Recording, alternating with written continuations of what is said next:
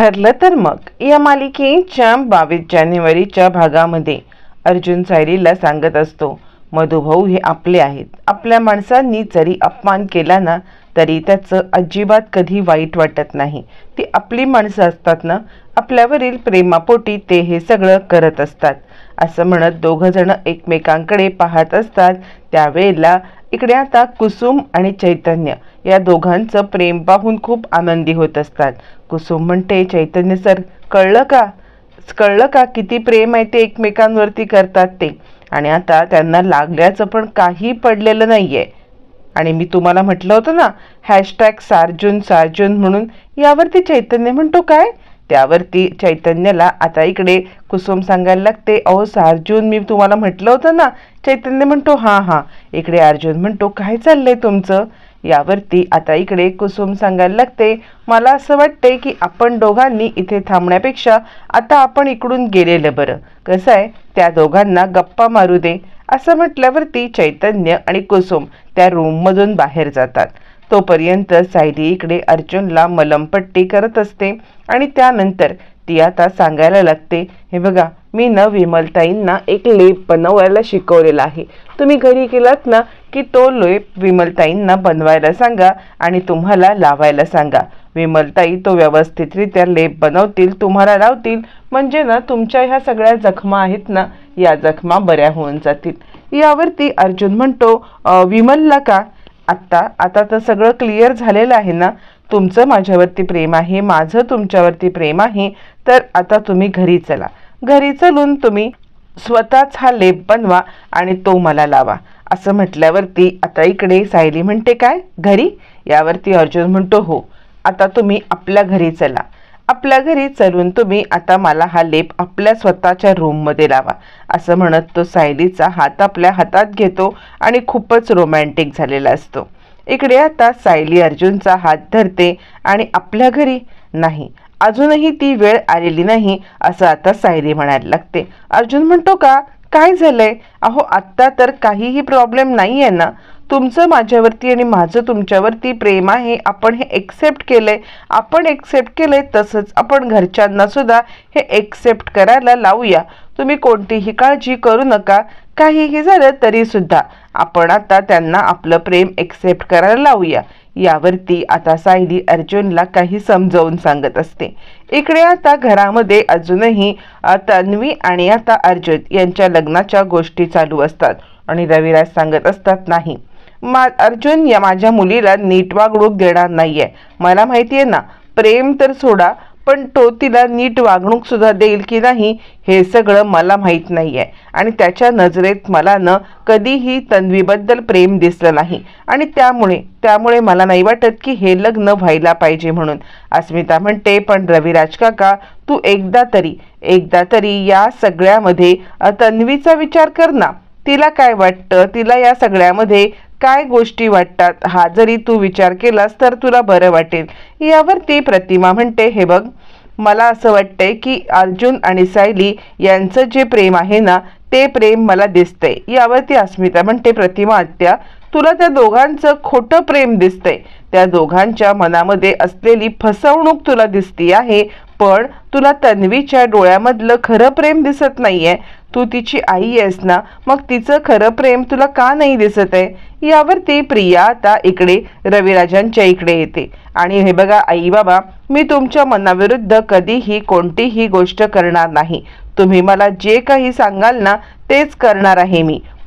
पण मी तुम्हाला अजून सुद्धा एक गोष्ट सांगू शकते की काहीही झालं ना तरी तुम्ही अर्जुन सोबत माझं लग्न लावून दिलं नाहीत तर मात्र मी या सगळ्यामध्ये कधीही दुसरं कोणाशीही लग्न करणार नाही. ही पण गोष्ट तितकीच खरी आहे. असं म्हणत प्रिया आता हट्टाला पेटलेली असते. त्यावरती रविराजांना धक्काच बसतो आणि त्यावेळेला प्रिया म्हणते, हो, कारण मी जेव्हापासून प्रेमात पडले आहे ना तेव्हापासून मी कुणाही दुसऱ्या मुलाचा विचारच केलेला नाहीये. मी फक्त आणि फक्त अर्जुनवरतीच प्रेम केलेलं आहे आणि आता तुम्ही मला सांगताय की मी त्याच्यावरील प्रेम माझं काढून घेऊ आणि मी लग्न करू नको. नाही, माझ्याच्यानी हे होणार नाहीये. मला आता फक्त आणि फक्त लग्न करायचं तर अर्जुन सोबत, पण म्हणून मला लग्न करायचं आहे, माझं प्रेम आहे म्हणून मी तुमच्या विरोधात बिलकुल जाणार नाहीये. तुम्ही जे म्हणाल तेच मी करेन, पण मी दुसरं कोणासोबत लग्न मात्र आता करू शकत नाही. असं म्हणत इकडे आता प्रियाने एक वेगळीच खेळी खेळलेली असते. त्यावरती कल्पना म्हणते, भाऊजी आता कसला विचार करताय तुम्ही? आता काहीही झालं तरी सुद्धा हे लग्न करण्यावाचून आपल्याकडे कोणताही पर्याय नाही राहिलेला आहे. यावरती मग मात्र आता इकडे प्रतिमा म्हणायला लागते, अगं अगं पण हे सगळं करणं म्हणजे मला चुकीचं वाटते. मला या सगळ्या गोष्टी पटतच नाहीयेत. म्हणजे अर्जुन आणि सायलीचं एकमेकांवरती प्रेम असताना आपण त्यांना वेगळं करणं हा केवळ मूर्खपणा आहे. यावरती कल्पना म्हणते, हे बघ, जे प्रेम खोट्यावरती टिकलेलं आहे ना ते प्रेम मी कधीच मानत नाहीये. उलट जी तन्वी निस्वार्थीपणे प्रेम करते ना ते प्रेम माझ्यासाठी जास्त महत्त्वाचं आहे. यावरती रविराज सांगायला लागतात, नाही पण माझ्या मुलीला या सगळ्यामध्ये मी अशा दुःखाच्या खाईमध्ये लोटायला तयार नाहीये. रविराज अजूनही तयार नसतात. तोपर्यंत इकडे आता सायली सांगत असते, हे बघा, मी आत्ता जर का घरी आले तर काय होईल? तुम्हीच मला विचार करून सांगा की या सगळ्यामध्ये मी आत्ता घरी आले तर कोणीही मला एक्सेप्ट करेल का? यावरती अर्जुन म्हणायला लागतो, नाही म्हणजे घरचे सगळे तुमचा अपमान करतील, म्हणजे मला हे सहन होणार नाही, मग मी काहीतरी बोलेन. यावरती सायली म्हणते, तेच सांगण्याचा मी प्रयत्न करते. आत्ता जर का सगळ्यांच्या मनाविरुद्ध मी तिकडे आले ना तर अर्जुन म्हणतो, अहो पण असं काय करताय? आपण ज्या गोष्टीसाठी खोटं बोललो होतो ते तर झालंय ना. आपण एकमेकांवरती प्रेम करतो, आपलं लग्न खरं आता मानतो ना. यावरती सायली सांगायला लागते, हो पण आत्ता ना याच्या आधी आपण त्यांना फसवलं, ही गोष्ट बदलता येणार आहे का? ही गोष्ट कधीही बदलता येणार नाही आणि त्यामुळे आपण त्यांना फसवले हा विश्वास त्यांच्या मनात कायमच आहे. तो आपण आता कमी करायला पाहिजे किंवा आपण त्यांना सिद्ध करून दाखवायला पाहिजे आपल्या वागणुकीतून की आपण त्यांना फसवण्याचा हेतू नव्हता. आणि त्या वेळेला त्यांच्या मनात आपल्याविषयीचा सगळा ग्रह किंवा सगळं हे निघून जाईल ना, त्याच वेळेला सन्मानाने मी त्या घरामध्ये येईन. नाहीतर आत्ता जर का मी त्या घरामध्ये आले आणि उगाचच त्या लोकांनी काही बोलले की मग तुम्ही चिडणार, तुम्ही काही बोलणार आणि माझ्यामुळे घरामधली भांडणं मला नको आहेत. त्यामुळे मी घरात तर येणार आहे, स्वतःच्या हक्काच्या घरात येणार आहे, पण ते पण सन्मानाने सगळ्या गोष्टी क्लिअर करून मगच मी त्या घरात येणार. असं म्हणत सायलीने अर्जुनला समजवलेलं असतं. अर्जुनला सायलीचं म्हणणं आता पूर्णपणे पटलेलं असतं आणि आता मग मात्र अर्जुन खूप खुश होतो. सायलीच्या गालाला हात लावतो आणि त्यानंतर दोघं जण एकमेकांकडे पाहत असतात. आणि आता सायली सांगत असते, मी घरात तर येणारच आहे, बाकी कोणाशी मला हे काही नाहीये, पण तुमच्यासाठी तरी मी घरात येणार आहे, पण मला थोडासा वेळ द्या. असं म्हटल्यावरती अर्जुन खूप खुश झालेला असतो आणि दोघं जण एकमेकांकडे पाहतच बसतात. तोपर्यंत इकडे मात्र सायली अर्जुनला वेगळं करण्यासाठी सगळे प्रयत्न झालेले असतात. प्रिया आता पायाशी बसते आणि प्रिया सांगते, बाबा खरंच सांगते मी तुम्हाला, मी तुमच्या शब्दाच्या बाहेर नाहीये, पण माझा शब्द मी खरा करणार. मी कधीही आयुष्यात दुसरं कोणाशी लग्न करणार नाही. यावरती प्रतिमा म्हणायला लागते, अगं इतका मोठा निर्णय असा कसा घेऊ शकतेस तू? हे बघ, आयुष्याचा इतका मोठा निर्णय असा तडकाफडकी घेणं हे चुकीचं आहे. प्रिया रडत असते. त्यावरती रविराज तिला म्हणतात, उठ, आत्ताच्या आत्ता उठ इथून. असं म्हणत रविराज तिला उभं करतात. हे काय आहे तन्वी, वेड्यासारखे निर्णय घेऊन तू आता हे सगळं काय सिद्ध करायला निघालेली आहेस? प्रतिमा म्हणते, हो तन्वी, हे बरोबर नाहीये. इतका मोठा निर्णय आणि तो सुद्धा असा घ्यायचा, मला या गोष्टी बिलकुल पटलेल्या नाहीयेत. असं म्हणत दोघं जण तिला आता विरोध करत असतात. प्रिया विचार करत असते, काय चाललंय काय यांचं?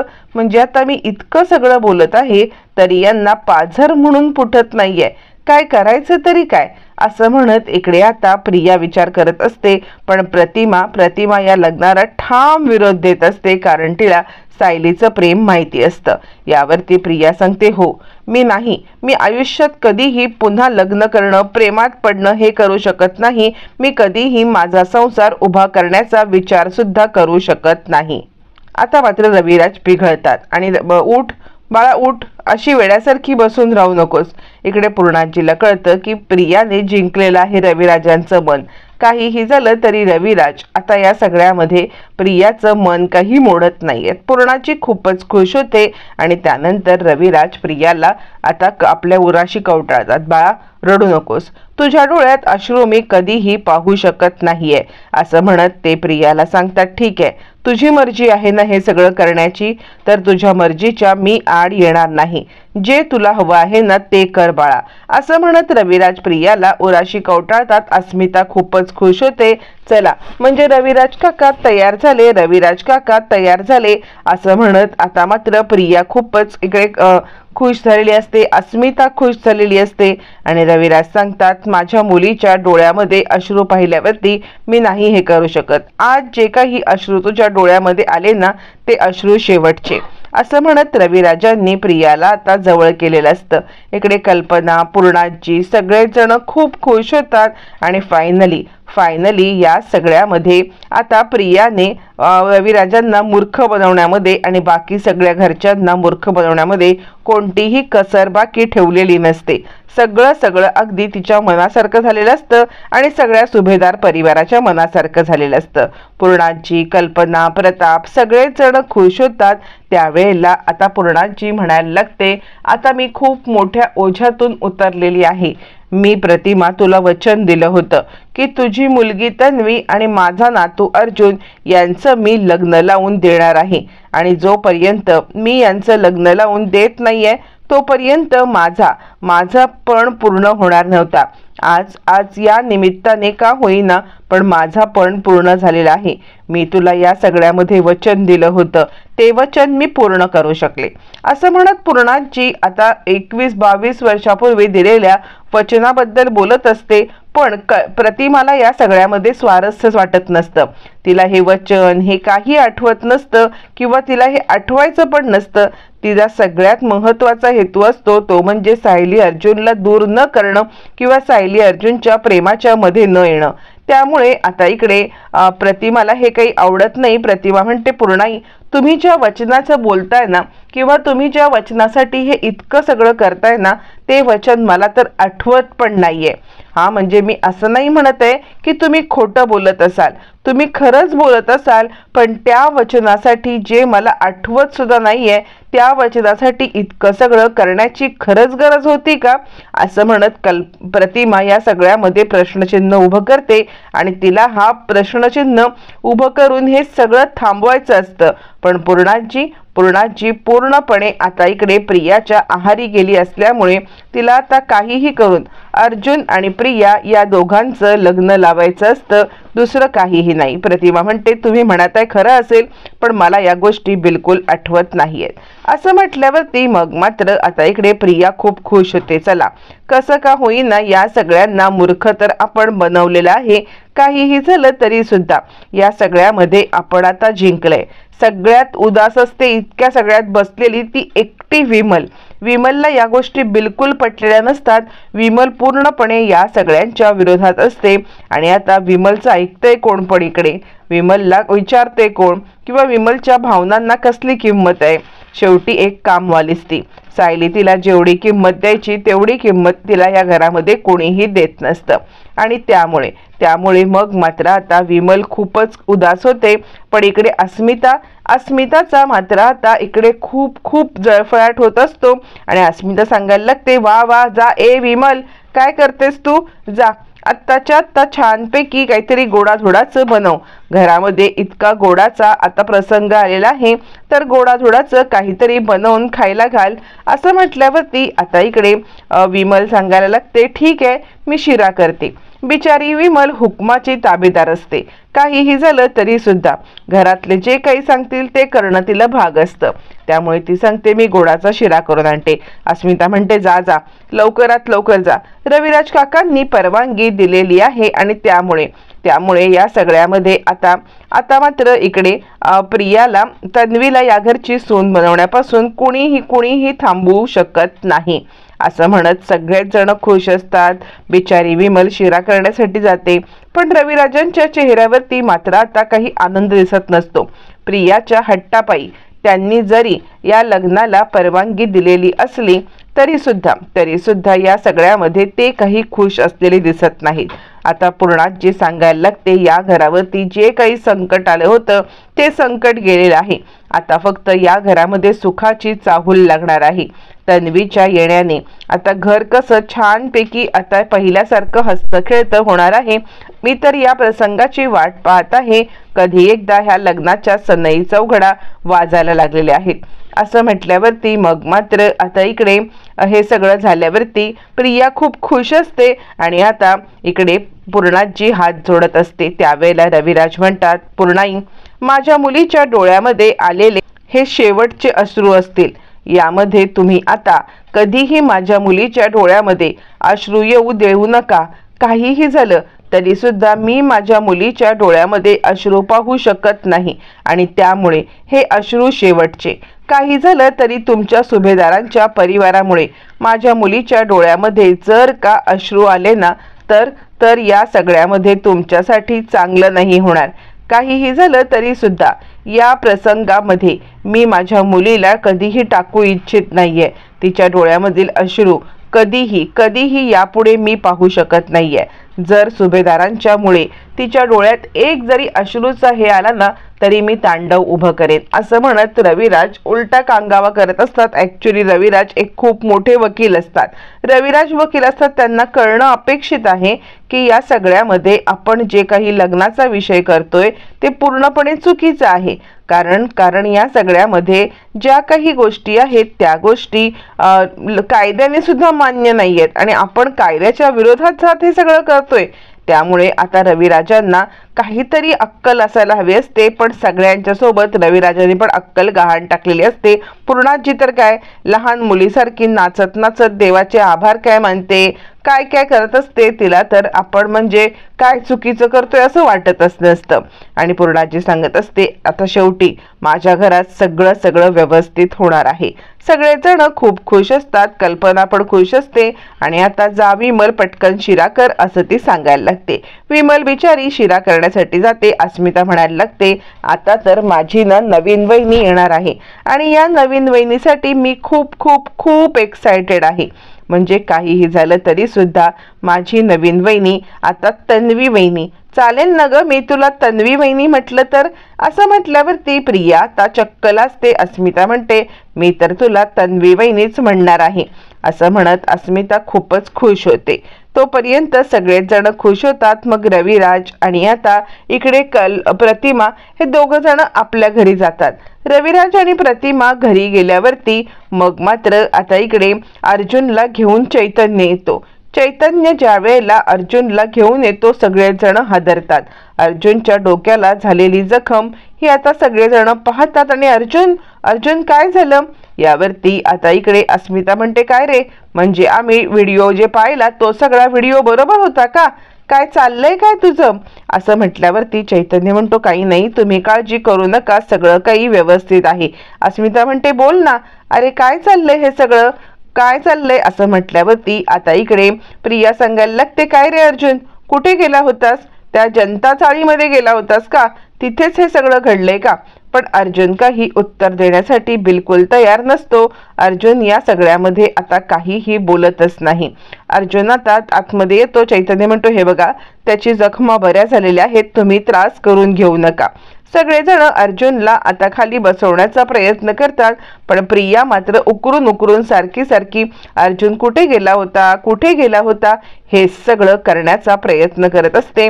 आणि ती म्हणते, काय रे, या सगळ्या जखमा तुला झाल्या कुठे, त्या चाळीमध्ये तू गेला असशील ना, त्या चाळीमध्ये गेल्यावरती तुला काय तिकडे गरज होती. यावरती अर्जुन म्हणतो, हे बघ तन्वी, तुझं तोंड बंद ठेव, मला तुझ्याशी काहीही बोलायचं नाहीये. अस्मिता म्हणते, अरे पण नक्की झालंय तरी काय, तुला या जखमा कुठून झाल्या, काय झालंय. पूर्णाजी म्हणते, अर्जुन तू ठीक आहेस ना. यावरती प्रताप सांगायला लागतो, हे बघा, जरा तरी त्याला तुम्ही आराम करू द्या, उगाचच त्याला सारखं हे करू नका. एक गोष्ट लक्षात ठेवा, त्याला थोडाफार तरी आता रेस्टची गरज आहे. असं म्हटल्यावरती मग मात्र आता इकडे प्रिया सांगते, अर्जुन पण हे असले गुंड आले तरी कुठून, सांग ना, असले गुंड कुठून आलेले आहेत, म्हणजे तू त्या जनता चाळीत गेला होतास का, काय काम होतं तिकडे तुझं जाण्याचं. यावरती अर्जुन काहीही बोलत नाही आणि सगळेच जण. चैतन्य म्हणतो, हे बघा अर्जुनला मलमपट्टी झालेली आहे, त्याला थोडा आराम करू द्या. कल्पना सांगत असते, अर्जुन तुला दुखत तर नाहीये ना फार? यावरती अर्जुन म्हणतो, नाही मम्मा, मला दुखत वगैरे काही नाहीये, आता मी ठीक आहे. यावरती प्रिया सांगते, विमलताई तुम्ही कसला लेप बनवता तो बनवा ना. असं म्हणत प्रिया तिला लेप बनवण्यासाठी सांगायला लागते. आता इकडे विमल लेप बनवण्यासाठी निघून जाते आणि आता सगळ्यांनाच अर्जुनची खूप काळजी वाटत असते. त्यावेळेला मग आता अर्जुन सांगायला लागतो की नाही मी ठीक आहे. असं म्हणत इकडे आता या सगळ्यामध्ये अर्जुनला चैतन्य वरती घेऊन निघून जातो. अर्जुनला चैतन्य घेऊन निघून गेल्यावरती अस्मिता सांगत असते, अर्जुन तुला बरं वाटतंय ना? तुला मी एक गोष्ट सांगू का? यावरती कल्पना म्हणते, अगं अस्मिता जरा गप्प बस की, काय चाललंय तुझं? असं म्हणत कल्पना परिस्थितीचं तिला भान ठेवायला सांगत असते आणि सध्या तरी या सगळ्यामध्ये काहीही बोलू नको असं म्हणत असते. तोपर्यंत इकडे आता इकडे प्रिया विचार करायला लागते, नाही काहीही झालं तरी सुद्धा या अर्जुनला मला आता सायलीपासून वेगळं करायला पाहिजे, कारण काही झालं तरी अर्जुन फक्त माझा आहे. आणि ती खोदून विचारण्याचा प्रयत्न करत असते, अर्जुन चंता चाळीत काय झालंय? पण आता कल्पना सांगते, हे बघा त्याला जरा आराम करू द्या. मग अर्जुनवरती गेल्यावरती इकडे सगळेजण खूप उदास होतात. कसं लागलं अर्जुनला, काय लागलं अर्जुनला? आणि आता या सगळ्यामध्ये सायलीला दोष देत तिच्या नावाने खडे फोडत असतात. इकडे सायली खूप खुश असते आणि आता सायली खूप खुश असते. ती आता आनंदाने गडाबडा लोळतच असते जवळजवळ. विमल तिला म्हणते, अगं कुसुम सांगत असते, काय चाललंय? यावरती आता इकडे ती सांगते, मी आज खूप खूप खूप खुश आहे. असं म्हटल्यावरती आता इकडे तिला कुसुम सांगायला लागते, हो ग बाई हो, मला माहिती आहे तुझा आनंद गगनात मावेन असं झालेला आहे. तोपर्यंत अर्जुन पण खूप खुश असतो. आणि आता इकडे चैतन्य सांगत असतो, हे बघ बायकोने जखमांवरती कितीही फुंकर घातली असली ना तरी सुद्धा हाडं तर दुखणारच. यावरती अर्जुन सारखं जर का बायको अशी फुंकर रोज घालणार असेल ना तर ही दुखणारी हाडं सुद्धा मला त्रास देणार नाहीयेत. असं म्हणत अर्जुन आता सायलीने प्रेम व्यक्त केल्यामुळे खूप खुश असतो. पण त्याला अजूनही माहीत नसतं की घरच्यांनी आपल्यासाठी काय वाढवून ठेवलेलं आहे. मग ज्या वेळेला अर्जुन ब्रेकफास्टसाठी खाली येतो त्यावेळेला सगळेजण अर्जुनला आता बोलायला लागतात, अर्जुन झालं गेलं सगळं विसरून जाऊया आणि आता नवीन अध्याय सुरू करूया. आम्ही सगळ्यांनी मिळून आता तुझं आणि तन्वीचं लग्न ठरवलंय. हे ऐकल्यावरती अर्जुनला जबरदस्त धक्का बसलेला असतो. एक गोष्टीतून तो आता घरच्यांना सगळं सांगण्याचा प्रयत्न करणार असतो की माझं आणि सायलीचं एकमेकांवरती प्रेम आहे, आम्ही दोघं एकमेकांच्या प्रेमात आहोत. पण त्याला झटका मिळालेला असतो.